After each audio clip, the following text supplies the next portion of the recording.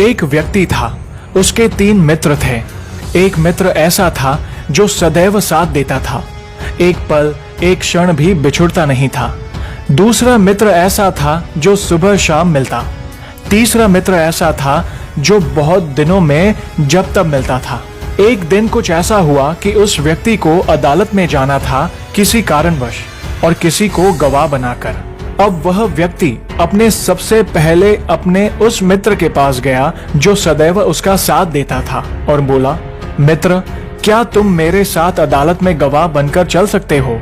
वह मित्र बोला, माफ करो दोस्त, मुझे तो आज फुर्सत ही नहीं। उस व्यक्ति ने सोचा कि यह मित्र मेरा हमेशा साथ देता था, आज मुसीबत के समय पर इसने मुझे इनकार कर दिया। अब दूसरे मित्र की मुझे क्या आशा है? फिर भी हिम्मत रखकर दूसरे मित्र के पास गया जो सुबह शाम मिलता था और अपनी समस्या सुनाई। दूसरे मित्र ने कहा, मेरी एक शर्त है कि मैं सिर्फ अदालत के दरवाजे तक जाऊंगा, अंदर तक नहीं। व्यक्ति बोला, बाहर के लिए तो मैं ही बहुत हूँ, मुझे तो अंदर के लिए गवाह चाहिए। फिर वह थक हार कर अपने तीसरे मित्र के पास गया जो बहुत दिनों में मिलता था और अपनी समस्या सुनाई। तीसरा मित्र उसकी समस्या सुनकर तुरंत उसके साथ चल दिया। अब आप सोच रहे होंगे कि वो 3 मित्र कौन हैं? तो चलिए हम आपको बताते हैं इस कथा का सार। जैसे हमने 3 मित्रों की बात सुनी, वैसे हर व्यक्ति के 3 मित्र होते हैं। सबसे पहला मित्र है हमारा अपना शरीर। हम जहां भी जाएंगे, शरीर रूपी पहला मित्र हमारे साथ चलता है, एक पल एक क्षण भी हमसे दूर नहीं होता।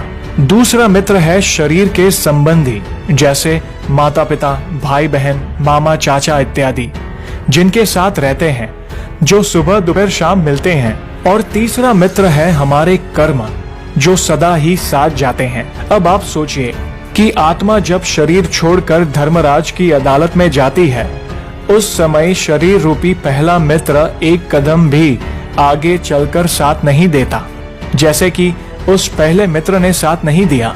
दूसरे मित्र संबंधी शमशान घाट तक यानी अदालत के दरवाजे तक राम नाम सत्य है कहते हुए जाते हैं तथा वहां से फिर वापस लौट जाते हैं। और तीसरा मित्र आपके कर्म है, कर्म जो सदा ही साथ जाते हैं, चाहे अच्छे हो या बुरे। अगर हमारे कर्म सदा हमारे साथ चलते हैं तो हमको अपने कर्म पर ध्यान देना होगा। अगर हम अच्छे कर्म करेंगे तो किसी भी अदालत में जाने की जरूरत नहीं होगी, धर्मराज भी हमारे लिए स्वर्ग का दरवाजा खोल देंगे। धर्मशास्त्र और नीति शास्त्रों में कहा गया है कि कर्म के बगैर गति नहीं। सनातन धर्म भाग्यवादियों का धर्म नहीं है, कर्म से ही भाग्य का जन्म होता है।